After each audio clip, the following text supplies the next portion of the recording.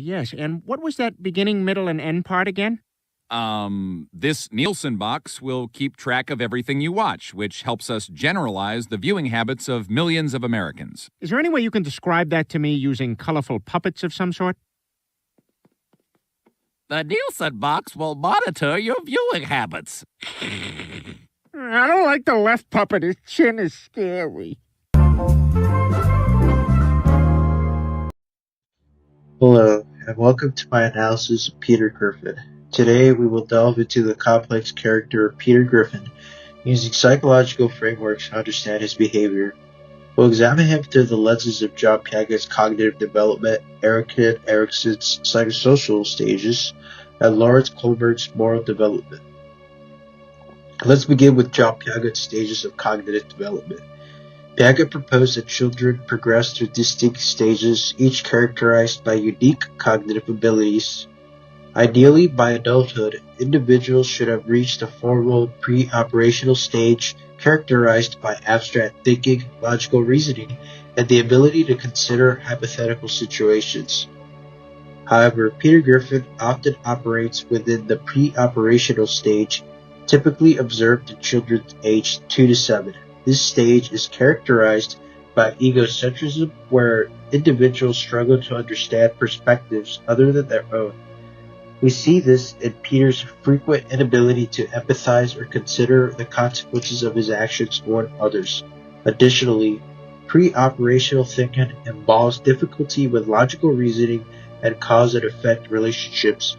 Peter's impulsive decisions and bizarre interpretations of events highlights this deficit. While he occasionally demonstrates aspects of the concrete operational stage, such as understanding basic physical laws, his application of these principles is often flawed and illogical. At his age, Peter should demonstrate advanced problem-solving skills, abstract reasoning, and the ability to think systematically.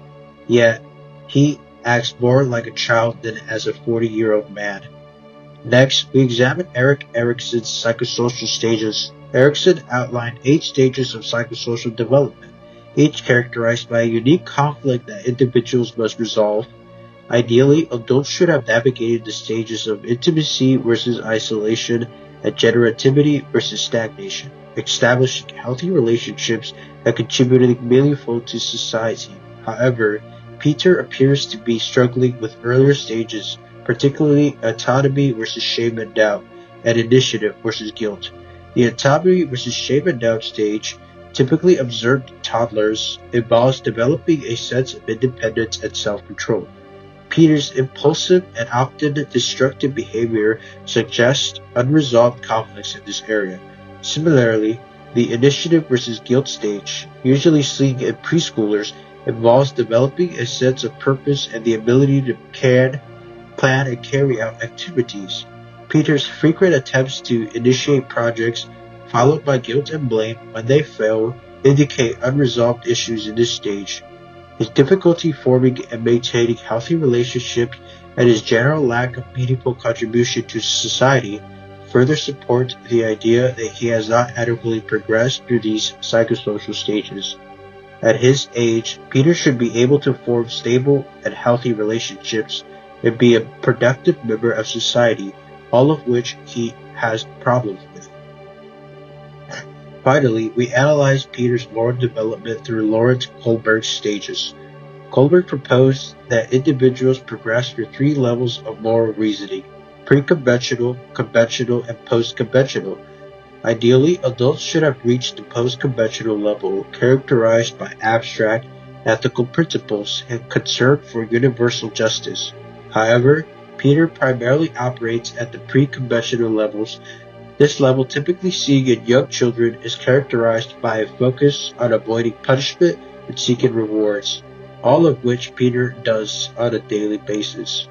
Peter's actions are often driven by immediate gratification and a fear of consequences, rather than a consideration of ethical principles. His occasional attempts at conventional morality, such as trying to be a good husband or father, are often inconsistent. He demonstrates a significant lack of internalized moral compass. At his age, Peter should demonstrate a strong sense of moral reasoning and should be able to make decisions based on ethical principles and social responsibilities, but none of that is true when it comes to Peter Griffin. In conclusion, Peter Griffin's behavior reveals significant developmental delays. His cognitive, psychosocial, and moral development are marked by patterns typically seen in children. While he provides comedic entertainment, his actions highlight the complexities of human development and the potential for developmental delays